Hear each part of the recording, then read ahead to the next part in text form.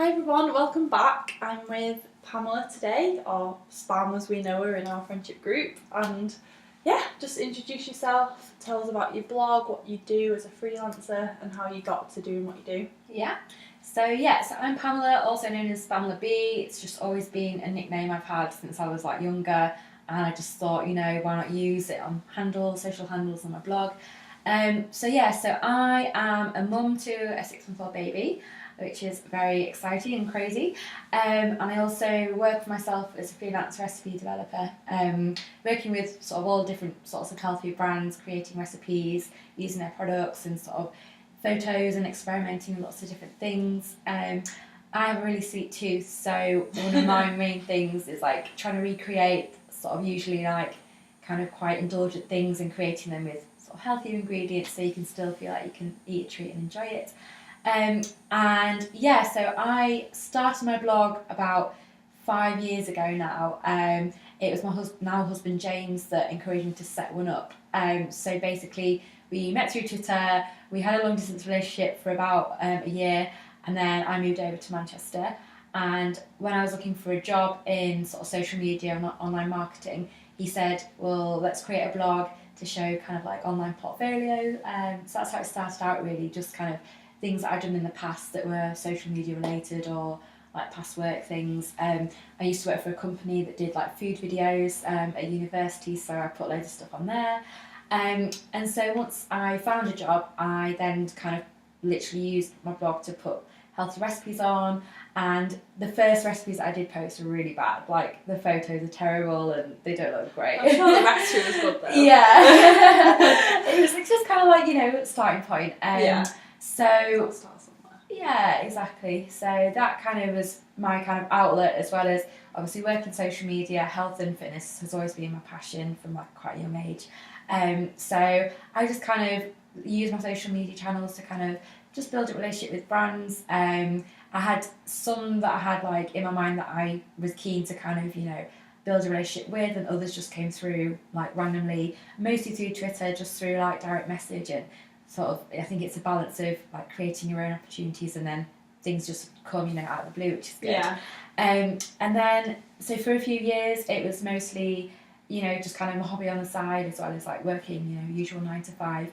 And then about 2.5 years ago there was an opportunity came up where a sort of local small health food company needed social media and content and recipes, and I had been thinking about potentially going freelance for quite a long time, just because I felt I wasn't really happy in what I was doing, and all I wanted to do was it kind of focus on my blog stuff all the time. I had so many ideas, so much things that I wanted to do with it. So when this opportunity came up that was paid and it was a good starting point, I thought, do you know what, let's just go for it. And my husband James, who was really supportive, he said, well, look, in terms of as a couple, and I want to support you, he was really keen for me to do it, and sort of financially as well, to kind of be it's okay, nothing's gonna happen, which I think is really good, because it is one of those things that where one of the main worries you think about if you do want to jump into the freelance boat is what you're going to do for a salary, and it's not going to be as much, that kind of thing. So I started that just after we got married, so I went away for a honeymoon, came back, and then sort of straight into it, which was great. And from then, for about 2.5 years now, just literally everything's kind of snowballed from the very beginning. So getting more clients on board, and kind of sort of monetizing sort of opportunities, really. So whether that's sort of contacts I've made through my blog, and then obviously sort of building up my portfolio of clients that I've worked with, and sort of I feel the quality of work and recipes and photography I've tried to kind of increase as I've gone along as well, to provide a bit more value. So it's got to a point now where obviously I'm pretty much working at full capacity with a baby. I've literally not stopped after everything, because I didn't want to pause and lose any sort of business. But I think it's just one of those things that if you are thrown into everything with so much going on, I just just do it.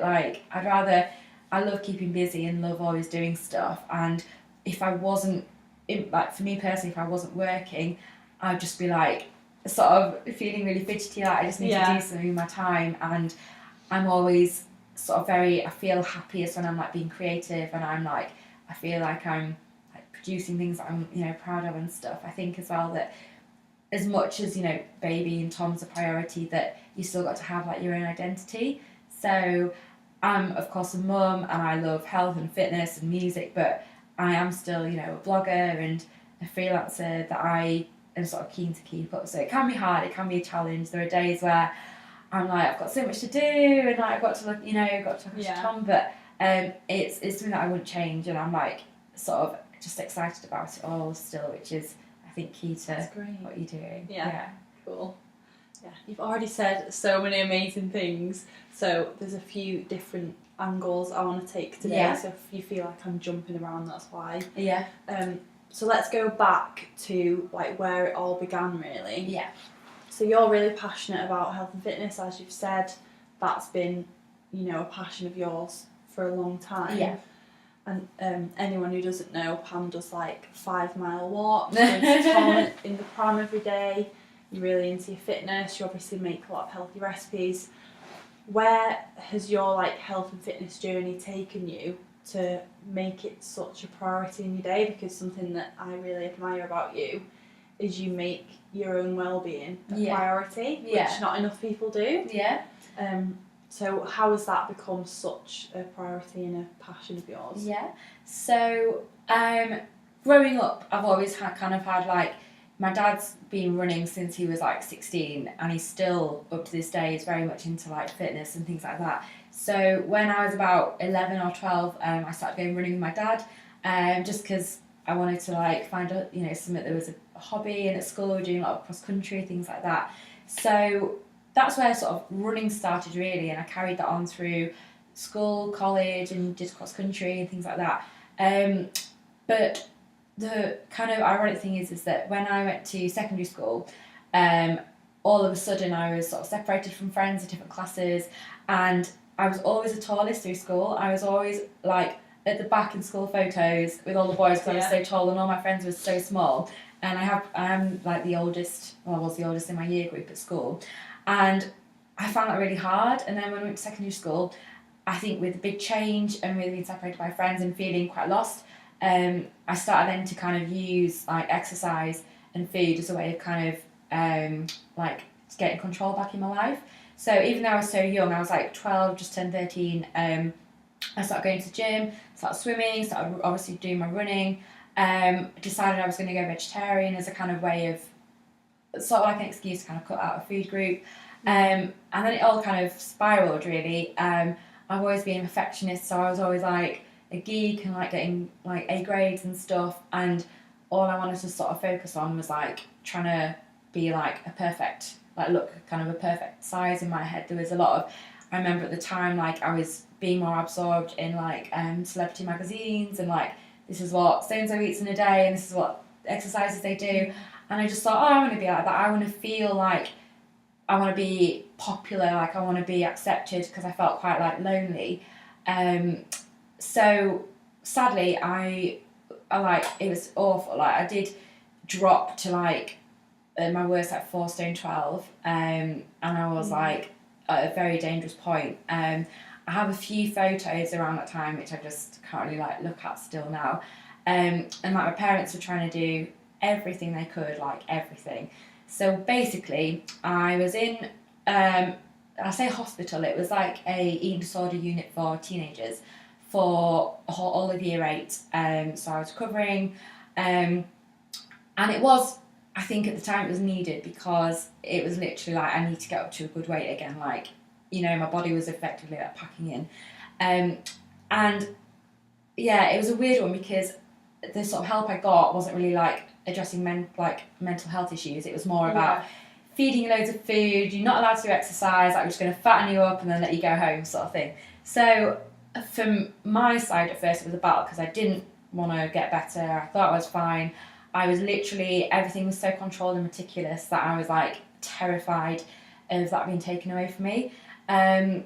But gradually, after like, you know, ups and downs and trying to go back to school and be like normal again, forgetting like who I was and how to be normal, and fitting in, I really made a conscious effort to think, right, I'm going to have to re-educate my whole mind. I'm going to try and re-educate my whole like mindset on life.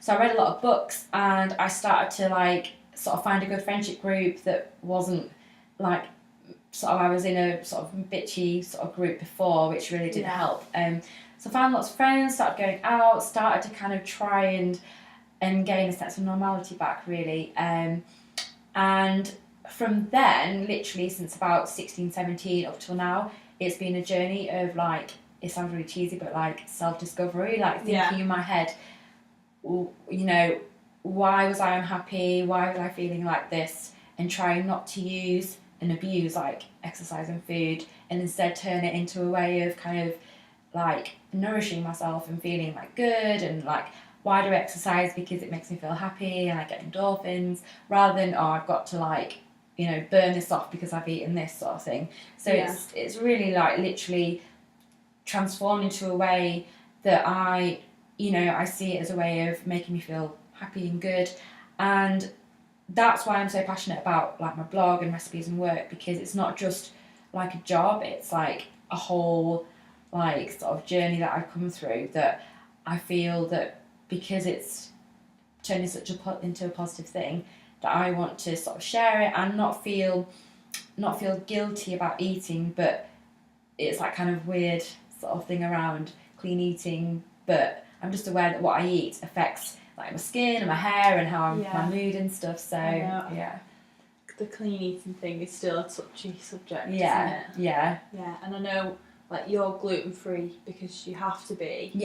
And you don't advocate cutting out those food groups. It's just like your blog is like an option for the people who are vegan or who might want to eat gluten free, or who need to eat gluten free or dairy free. And want to have those same like treats, like like Pam's just giving me like these Rice Krispie treats. Are they vegan? Yeah, they are actually.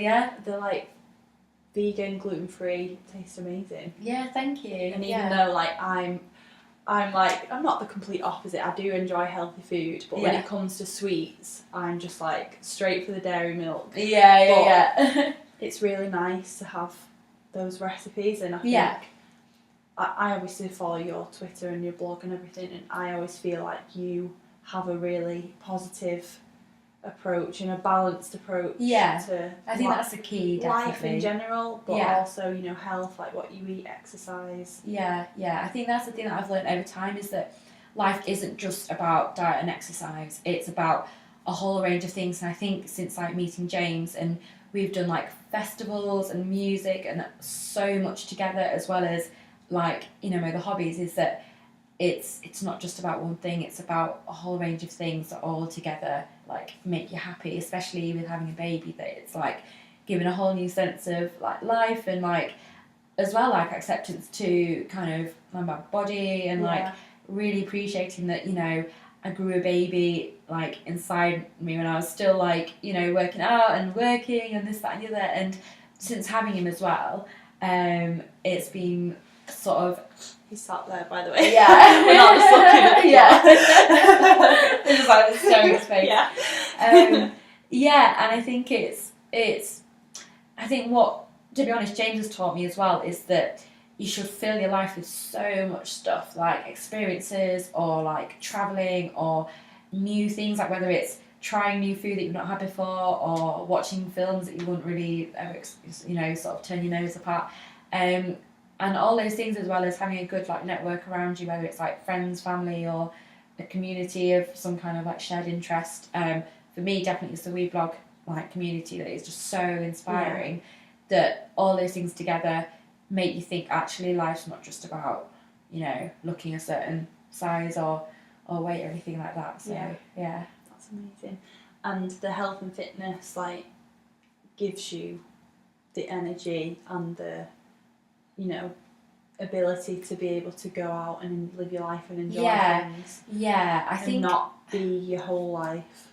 That's something that I've come to terms with in the past couple of years. That, like, fitness and health is a part of your life, but it's not. Your life shouldn't revolve around it. Yeah, definitely. Yeah, I think I do get quite a lot of messages actually on like social media saying like, how do you fit everything in? Like, how do you sort of do exercise and have a baby and work? And I genuinely think that by fitting in, you know, and like I said before, like I do sort of prioritise fitness and stuff purely because it gives me the energy that I need to do everything, and it makes me like the first thing I do when I get out of bed like super early, just because I've always been like an early riser, but I, you know, look after Tom and I feed him when he's kind of settled. I'm like, right, he's next to me, I'm in the lounge doing a workout, and after that I'm like set up for the day, and I've got the energy and the stamina as well. Having a baby as he gets bigger as well involves a lot of like physical work, and like I feel like you have got to be like physically fit to kind of, you know, make sure that he's, you know, happy and being played with and stuff. But yeah, and then I feel like what I eat as well, you know, that if I have, of course I like treats and stuff, but if I have too much sugar or if I have too much alcohol, obviously like my skin just goes crazy and I feel like really like lethargic, and I'd rather feel good. It takes a lot away from you, doesn't it? Yeah, and I think now you've got a baby that you can't really afford to be like feeling like really tired or like hungover. So it's more literally like using food as of how I feel in myself, as well as obviously the pleasure of like eating it in the first place. But yeah, that's amazing, and I hope that's like encouraging for anyone who has gone through like an eating disorder, or even just someone who struggles with you know, a rocky relationship with food. Because I think that's a lot of people. You know, who have feelings of guilt or like control or whatever. So I love like your story from, you know, being too restrictive with yourself and feeling like you have to be in control, to sort of letting that go and learning to love your body through food and embrace that balance. Definitely. Amazing. So going back to little Tom, something I do want to talk about today is self-care. As you know, like I'm all about self-care.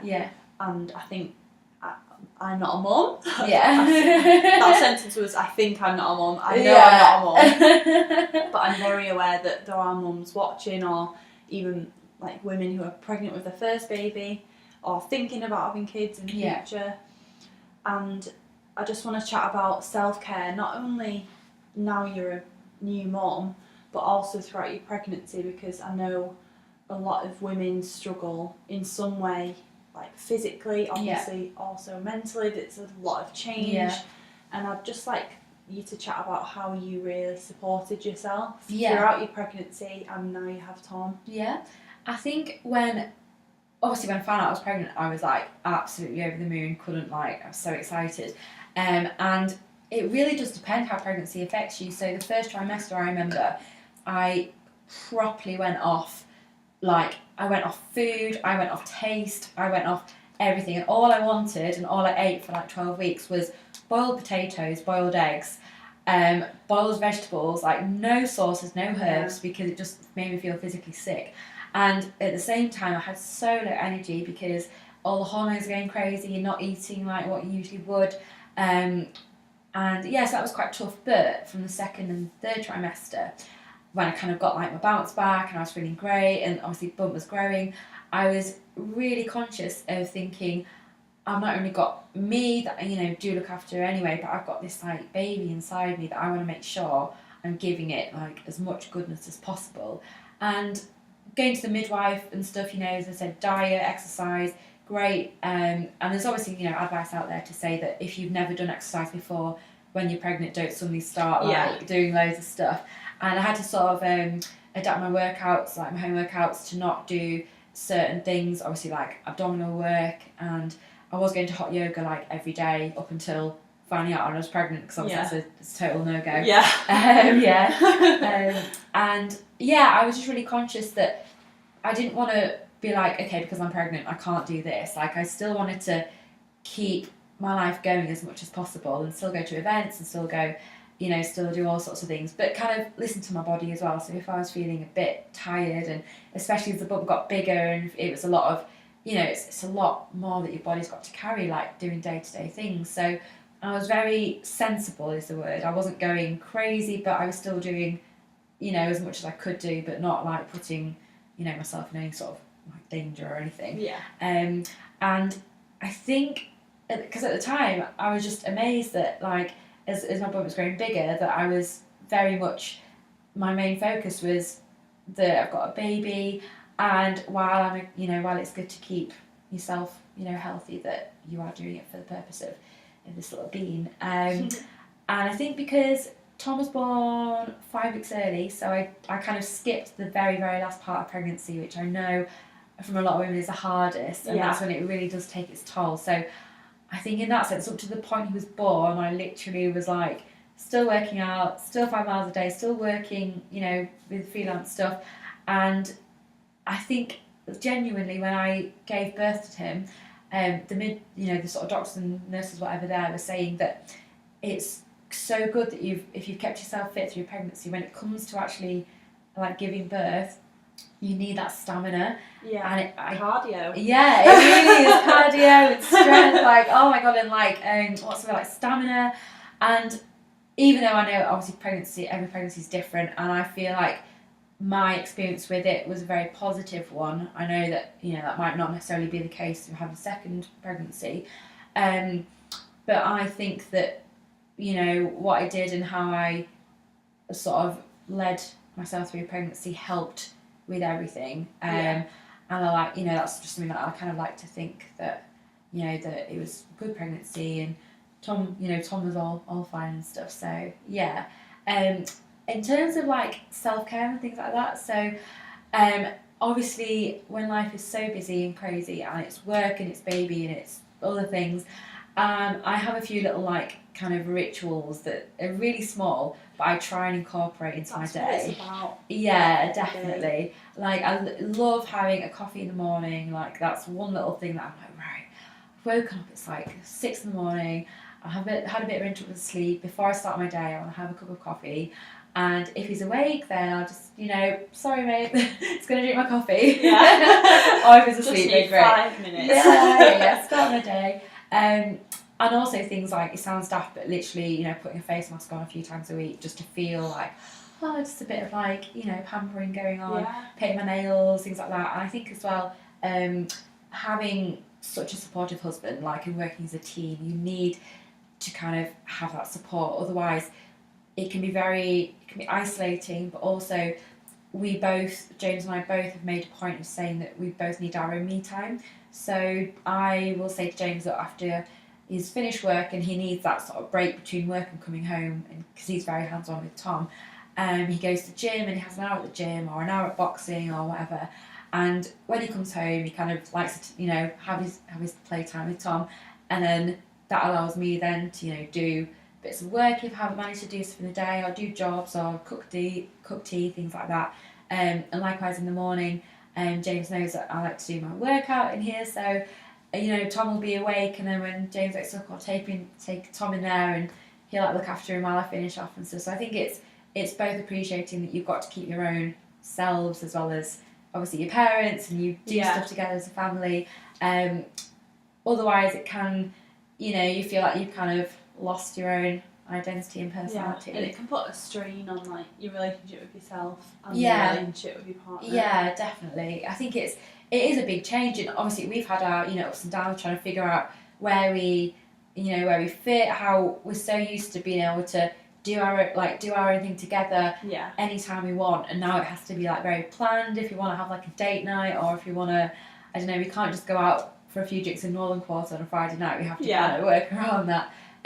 But I mean, we wouldn't change it for the world. It's just adapting and being respectful to your other half as well. So that's really helped with sort of that kind of self-care side. Yeah, no, I think like leaning on your support system when you do need that me time is essential, and you shouldn't feel guilty about that as well. No. One thing that I always say is self-care isn't selfish. And I feel like no time is that truer than when you're a mum. Definitely. Because you need to be a good mum. And in order to be a good mum, like, you need to look after yourself. I literally had that down in my notes as like one of my sort of outlooks on stuff is that if I don't feel sort of happy, or that I'm doing a few things for myself, I'll feel like agitated and like sort of stressed and a bit like down and stuff, and I don't want that to reflect on like Tom, and I want to feel in a good place, like mentally and physically, for him to kind of grow up in an environment that is like happy rather than feeling like,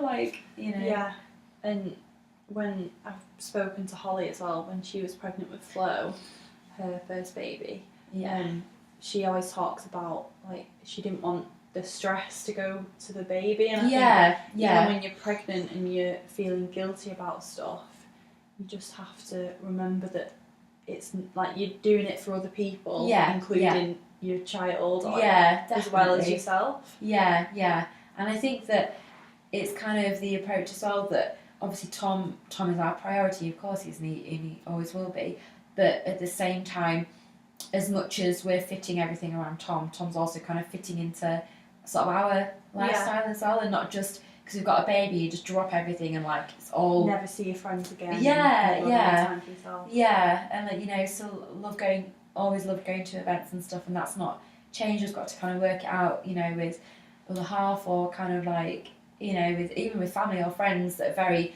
you know, very grateful to have a good network that'll say, oh, we'll come, we'll babysit, we'll look after Tom, and you know, you can do that. So it is, it's just kind of still doing what you're doing, but it might be not as much as you used to before, but still making time for that. So I want to talk about body positivity. Yeah. Obviously, it sounds to me like you had a really positive experience with, you know, reacting to the changes in your body, and I think learning to listen to your body throughout your pregnancy is an amazing piece of advice for anyone listening.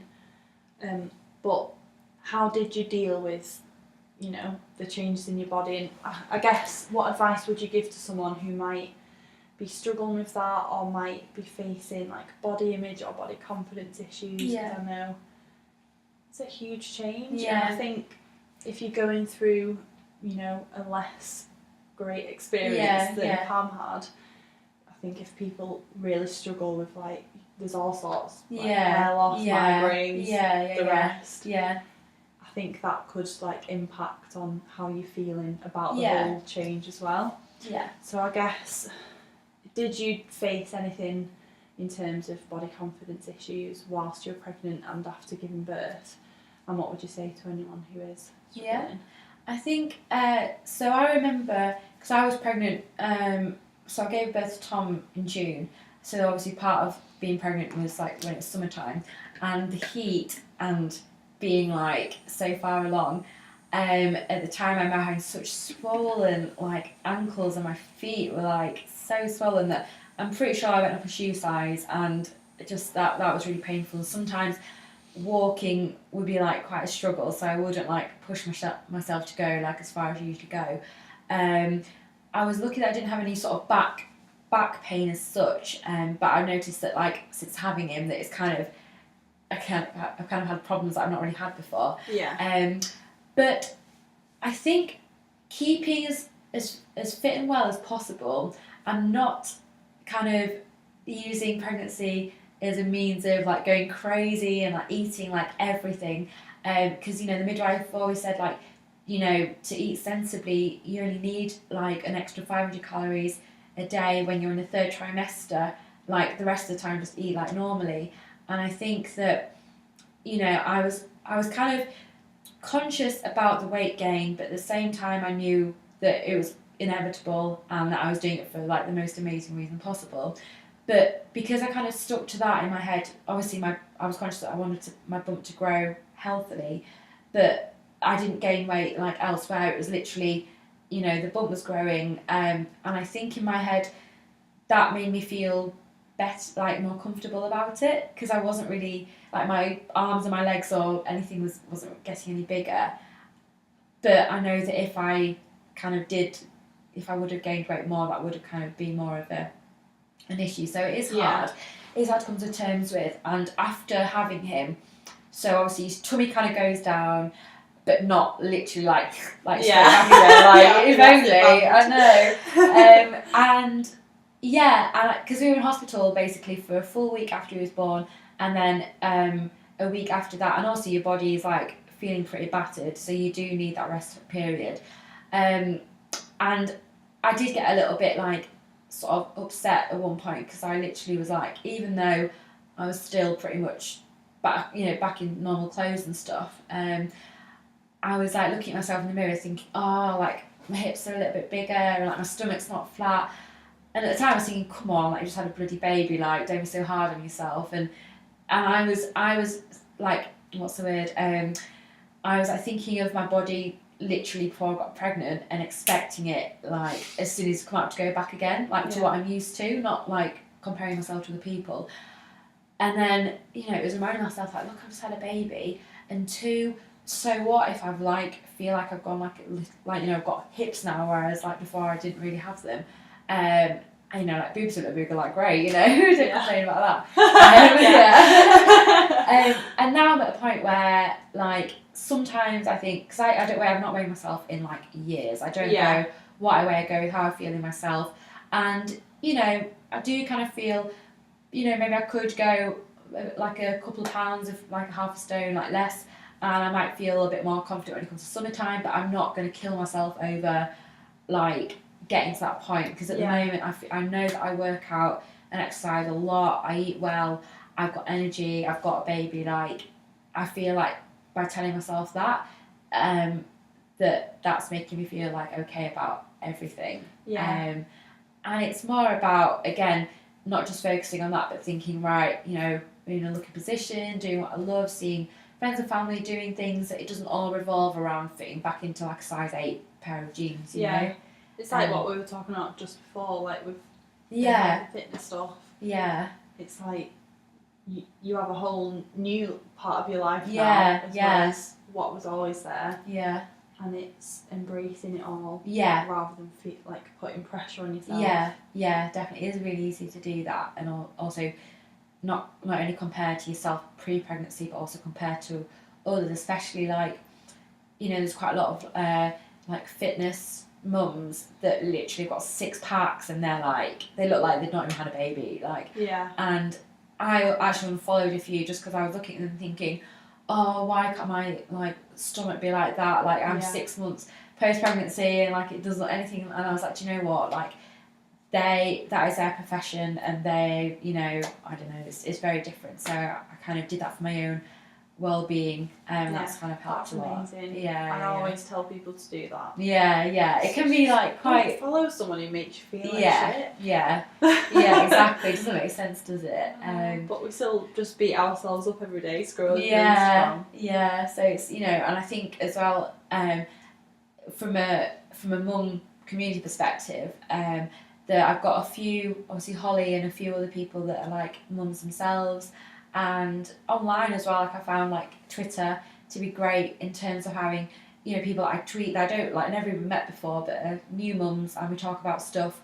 And if we're feeling a bit down or a bit shit about something, then we'll just talk about that. So I think it's good to have that network rather than just looking at these images. So there's more to life than that, really. So so like a positive support group of other mums. That are going through the same stuff. And avoiding anything that makes you feel like guilty or compares yourself. Because I feel like on the flip side of that, there's a lot of like mum shaming. Obviously the dreaded like Daily Fail and stuff like that is, and people are obsessed with post baby bodies with celebrities and stuff. But even like everyday people, I feel like online can be really critical of women, or especially when it comes to having babies and having kids, and it's just, it can be really negative and really impactful if you're already like delicate anyway, hormonally, emotionally, like you're already struggling with stuff internally because you've been taught this like you have to bounce back as soon as you have a baby. And you're already battling that because it's bullshit. But then to be faced with something like, a fitness model who has like hardly any, like an inch of body fat on her body, to then be like super lean after having a baby. So you just don't need to see that. No, or follow it or engage with it. And in real life, when you haven't had any sleep, or like, your baby might be suffering from something, like, and you don't know what's going on, like, you don't even think about, oh, I've got to like exercise and do this today, or eat, not eat this today. I think as well it's very much driven by how you're feeling, and that's why again, I do exercise to give my like mental health something positive, because if I didn't exercise, then I just know that it would really kind of like affect me in terms of how I feel about myself. And then ironically, that's when I'd probably like just want to like eat more and be like, oh, like I'm feeling so stressed and like tired, I just want to eat. Spiral. Yeah, exactly. So that's why I'm very much like, look, I'm gonna keep my walks up every day, I'm gonna keep my home workouts up every day, and you know, try and kind of keep that going and feel good in myself, and try and not think about, you know, other people, like compare myself to other people, and just be like, right, this is me, I'm feeling good about it, let's just crack on. Yeah, and I think one thing I wanted to say was it's just doing your best, isn't it? Yeah. Like doing your best for yourself, doing your best for your baby, whatever that looks like. Sometimes that's literally like having 5 minutes to have a shower and brush your hair and brush your teeth for the day. When it's like the early stages where you're just like taking up all of your time. Yeah. I think it's just not being hard on yourself. Not being perfect, because no one is. And what I've learned as well with, you know, as Tom's growing up and he's hit 6 months now, so every phase is temporary as well. So there'll be a phase where when he was first born, he was feeding literally every 3 hours, 24 hours a day. And it was like, oh my God, like, am I always going to have to be waking up like every 3 hours to feed him? And now that's passed. Don't even think about it. And now it's teething stage, and it's like, oh my God, this is awful sometimes, but you think, right, it's not going to last forever. So, you know, it's keeping that in mind on how it impacts your life. It's, you know, as Tom grows bigger, there's going to be changes all along the way. And it's, I think for me as well, that one of my issues and like OCDs is about change and how I respond to it. And that's, you know, from going back to your eating disorder, that a big change affected my mental health in terms of looking at ways to control it. And that's another thing that I've really learned about being a mum, is that you can't control everything and you can't always have a plan. And I'm usually very meticulous about stuff. And then when you've got a baby and plans fly out the window and you just got to literally like go with the flow. So that's like really helped me, actually, in like a good way, that I'm trying to be like less like controlling about stuff and just think, right, let's just, you know, deal with it day by day. Take each day, just embrace whatever happens. Exactly. As long as you try and fit those little, you know, points in your day where you say like the self-care things, whatever that may be, then that should help, hopefully. I love that, and I think it's the most practical way. Like, it's great to hear a practical way of doing self-care from like a busy working mum, and knowing how to juggle it with your partner and all that kind of stuff. Really useful tips that you've shared. Jumping back to work and freelancing, I want to chat a bit more about your journey to freelancing. You've already covered a lot, but I'm sure for anyone listening who might be a blogger or who might want to start working for themselves, maybe offering some sort of like services online like you do, whether that's social media, recipe development, if that's what they do as well. How did that really sort of come about in terms of, I know you said there were certain brands that you had your eye on. And then there were certain brands who sort of came to you.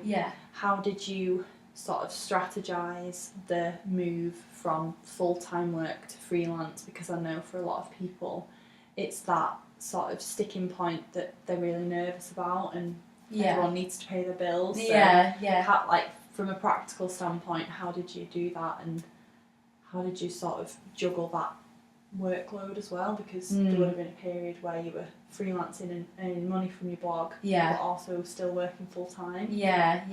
It's very like, I think everyone's who has made that jump, their experience is very different, and it is obviously like very, very scary, and you're like, oh, it's don't know what's going to happen until you're actually in that point.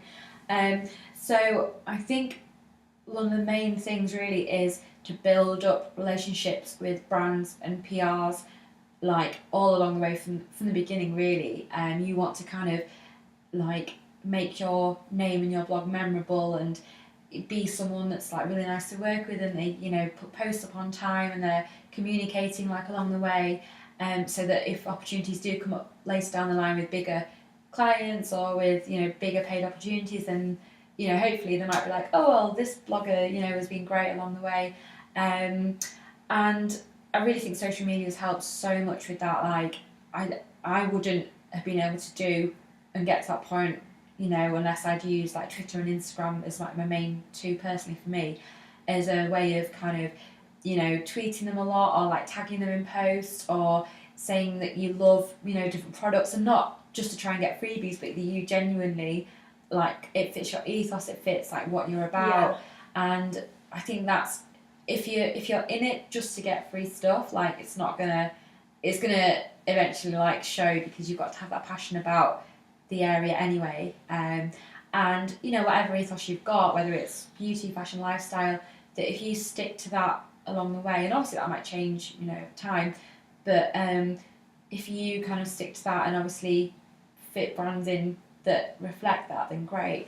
And I also think that like life's too short to be in a job where if you like really hate it and you just want to make something work so much that you literally just got to, like, you know, just try it. And if there's a way, even if it means having a part-time job, you know, as a means of earning money, on the side, that extra spare time you've got is a case of like working on your branding, on, you know, whatever projects you kind of want to be doing. And yeah, I think for me personally, having one opportunity that I knew that was there in the pipeline that was going to be like paid, I was going to be paid so much every month, that was like, right, I know that I've got some little security. And so from that, it was literally, and it still is now, a case of, I had like a sort of plan or like bullet points of, right, in my sort of niche, in my industry, these are the brands that I would love to work with, you know, from small to kind of big. And literally like finding out like who the contact is, if it's a PR or if it's in-house, and kind of just say, look, like, I love your brand, I love these products, I've used it for years, this is the kind of work I do. You can see my blog here, you can see examples of work like on my Pinterest page of like different things. If there's any opportunities coming up, like, it'd be great to work with you. And also having a media pack to support that, so it's kind of showing your worth in a way. So if you kind of get to grips with like stats on like social media and like Google Analytics, and show, you know, what kind of audience you've got and the sort of capacity that a brand's gonna be exposed to, then that's kind of being a bit like business savvy. So I think that's another thing that I didn't do any, like, I did a degree in media studies and communication. It wasn't business related at all. And I think it's having the, like, almost having the balls then to be like, do you know what, I'm doing photography, I'm doing all this kind of stuff that adds up, like, that you should be sort of, you know, sometimes like paid for it, rather than just expecting things to be done for free. And it's, you know, proving your worth through numbers and all that kind of stuff, but also, you know, the kind of work you produce as well. And it can be very much a fine line between, you know, how do you approach asking for like paid work versus like, you know, unpaid work.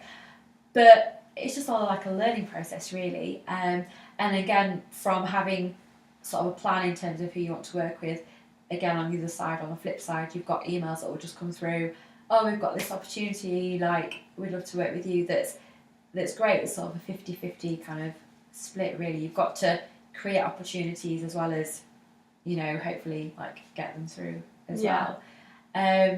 So it's kind of one of the main things, the key things I would say is to always kind of try and maintain good relationships and present yourself as someone that you'd want to work with from the other side. Think yourself of like from the other side and think, right, we want someone that's like nice and that's like, you know, sort of reasonable, that kind of thing, that to keep that in mind along the way, and not ever get, you know, no matter how big you are in terms of numbers, like, always stay like grounded as well and not become too much like a diva.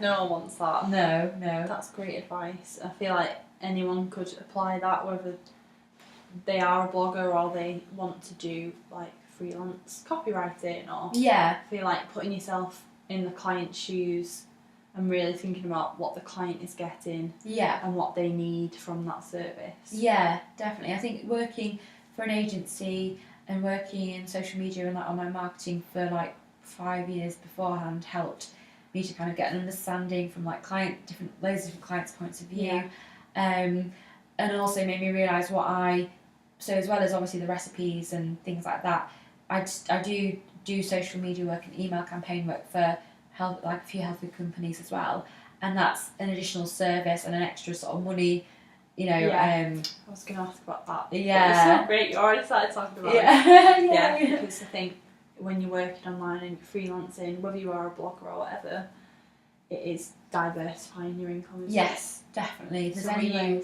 really thinking on your feet of like, what am I good at, what are my skills, what can I offer? Yeah, and I think that with that, again, time management is like absolute the biggest thing I've learned. When you're obviously working either in-house in an agency, you're almost like, told, right, this is what's got to be done then, and somebody's telling you your time scales and things like that. But when you're working for yourself, you are literally in control of like when deadlines and like fitting different things in different days and weeks, and there's times where you will work so much more hours than you would at a 9 to 5, but if it's something that you love and are passionate about, then it's not really considered work, but it does cut into your free time. Like there is literally no break between Monday to Friday and weekends. It all like goes into one.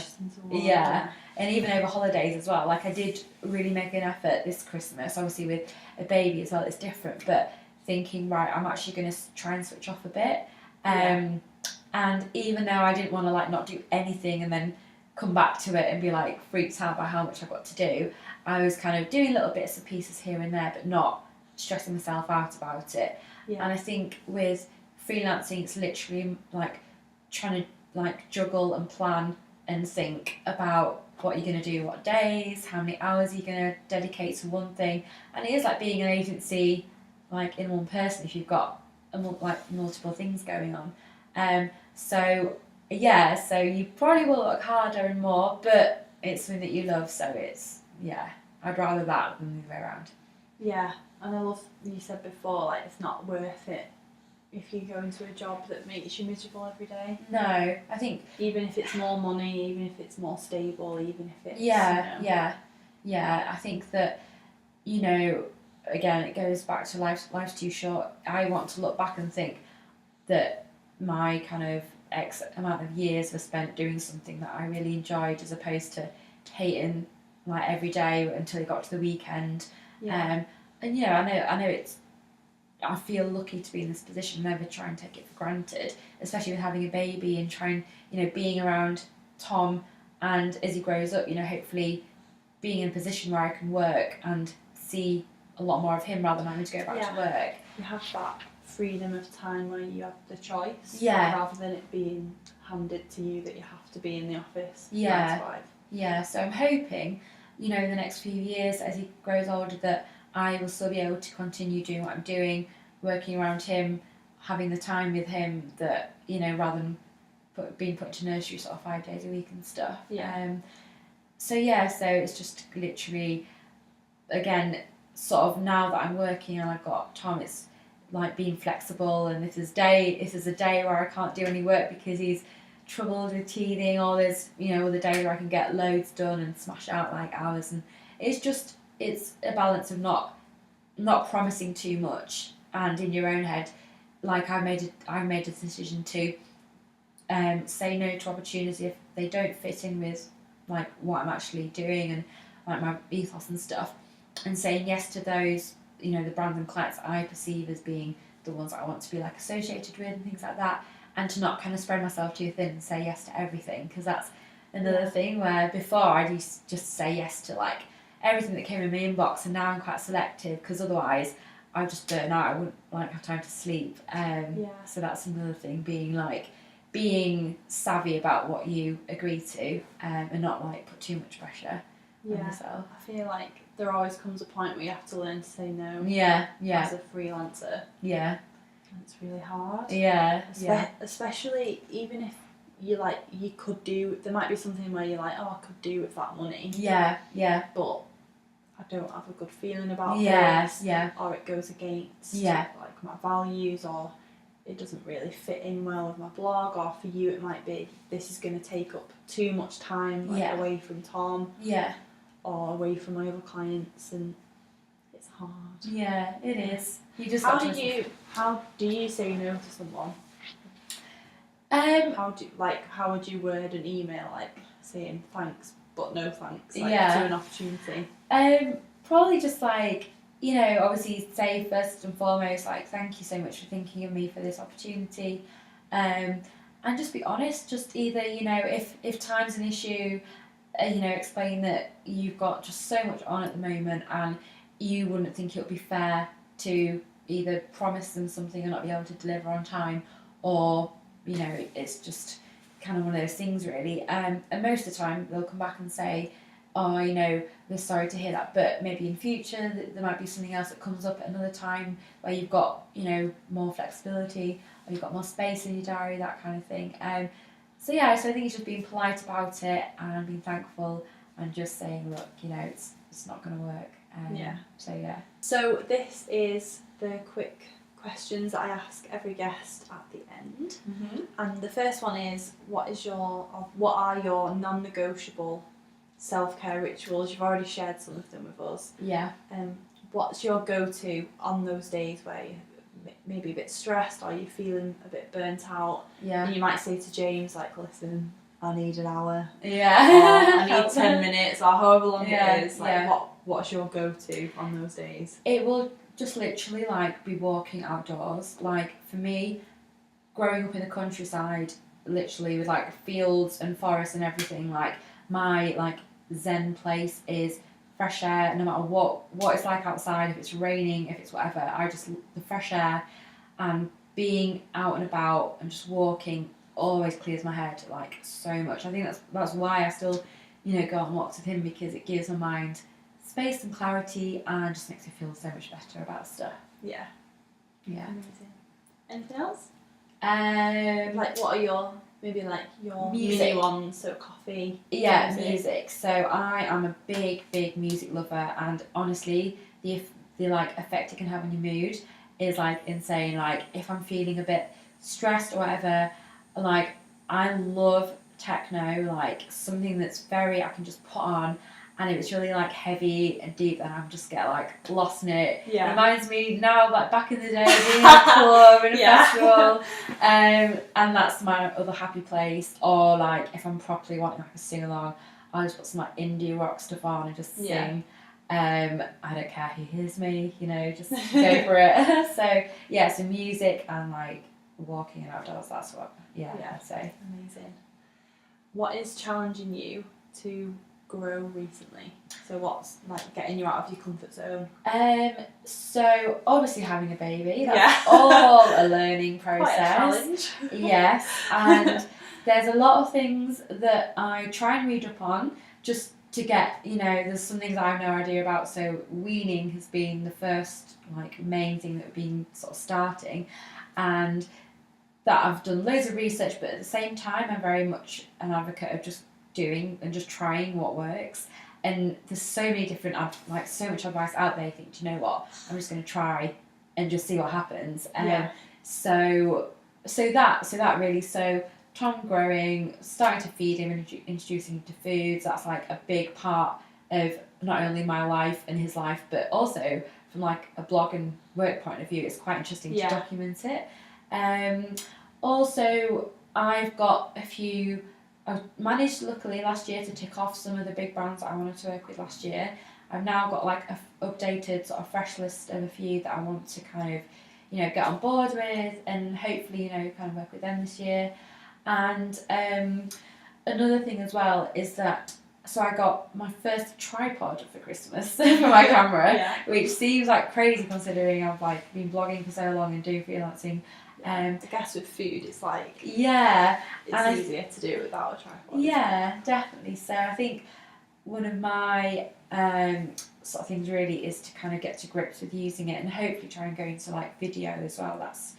Will be another big thing that again I'm complete novice to. Like I have no idea about it, so I'm just gonna hopefully see what I can produce. Yeah, that would be amazing. Yeah, I would love like healthy recipe videos. Yeah. So I feel Easy like to watch. recipe videos are great for someone who doesn't bake a Yeah. lot. I'm more of, I love baking, as in I love like the end result of cakes and biscuits and everything. Yeah. But I'm much more of a cook than a baker. Okay. Yeah. I don't often bake a dessert or make anything like cakes or cookies, whereas I love getting in the kitchen and feeling like I can shove anything in a pan and something will come out and I just taste it and add a bit more salt It and then tastes good. yeah, exactly. Yeah. And in our family we're very much like just start with a load of fresh ingredients and see how it goes. Yeah. Whereas baking is a science. It's a bit more. You need to be quite precise with it sometimes, don't you? And I think videos are great for those people like me who are a bit like, oh, does it look right? Yeah, put it in the oven. Exactly. You kind of want to see along the way, like, does it look right at every process, or else it's like, oh, what's going to happen? Yeah, that'd be really good. So that being said, then, what are your 2018 goals? So getting into video. Yes. Ticking off some more brands. Like anything else, personal or professional? I do want to. Obviously, I think, as with anything, any part of work, is always like trying to improve and trying to kind of think, right, I've hit this, what's my next kind of like goal or challenge? And I think my main thing really is just improving my photography and trying to be better at styling my photos as well. And like you said, from the kind of beginning of a recipe to the end, whether that's video or literally photos, to try and make it more friendly to those if they're new to it, or if they're not quite sure, you know, how the recipe, like I said, should like look along the way, to try and incorporate that more of that into vlogs and recipes. And hopefully 2018 will be the year we get a house as well, like buy our own house. That's amazing. So me too. Yay! Maybe not a house, but buying. Yeah, that would be really good. I think with the baby and he's growing and everything he accumulates along the way, you just need more space. And I think getting to know a new area, still around Manchester, but a new area would be really exciting, and having a fresh environment to kind of, you know, incorporate into work and life and blogging, that would be really exciting. So we'll see. Oh, amazing. And where can everyone go to keep up with you? On social media, on your website, like anything else you want to shout out? I would say Twitter and Instagram is @SpamlaB. That's literally where I just put everything. I do have a Facebook page as well, SpamlaB, and my blog as well is spamlab.com, and that is literally food, and Tom's on there a lot, and general walking views and stuff. But so that's where you can find everything. So amazing. Thanks so much for talking to me. Thank you. Shared like so many good insights. I feel like I've shared my life story. I took so much from today's interview, so I'm sure everyone else has loved it as well. And with that being said, thank you so much for watching and listening, and I will see you soon with another interview. Bye. Thanks, bye. Bye.